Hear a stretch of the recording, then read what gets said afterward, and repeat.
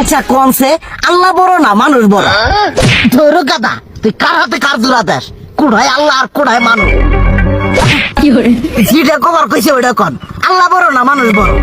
আল্লাহ তো বড়। আল্লাহ বড়, তাহলে আল্লাহর কথা না হইনা মানুষের কথা শুনেন কে? কি কইতাছস? কি আর আল্লাহর কথা মানে না মানুষের কথা মানে? হ্যাঁ, কি আর মানুষের কথা শুনেন তাই না? আমনে যে ওই দিনকে ডায়াবেটিসের রোগ নিয়ে যে হাসপাতালে গেলেন, ডাক্তার আপনারা কত কিছু খাবার না করলো, সব কিছু না খাই এখন চলতেছেন।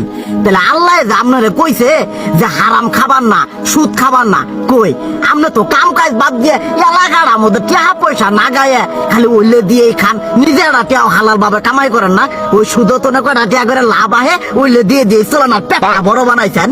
শুনেন একটা কথা কই, হারামের কোনোদিন আরাম নাই।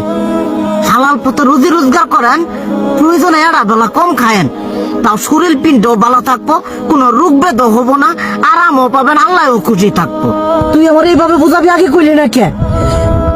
আসলে এই বিষয়টা তো আমি কখনো মাথায় এইভাবে নেই যে আমাদের কখনো ডাক্তার নিষেধ করলে ঠিকই আমরা নিষেধ মানি, কিন্তু উপর আল্লাহ যে কত কিছু নিষেধ করে দিয়ে সেটা মানি না। আর এই যে হারাম পথে টিয়া পয়সা কামাই করতেছেন, শরীরের মধ্যে দুনিয়া রোগ ব্যাধ হয়েছে, দেখা যাইতেছে যা টিয়া হারাম পথে কামাই করতেছেন তার তো বেশি টিয়া মনে করেন জ্বলে যাইতেছে গা বেশি। আজকের পর থেকে আমি আর এই হারাম সুদ খামো না, আমি হালাল পথে চলবো, হালাল টাকা পয়সা ইনকাম করবো। এতে করে যদি একবেলা কমও খাইতে হয় তবুও খামো, তবু আমি আর এই হারাম পথে চলবো না। আচ্ছা ঠিক আছে।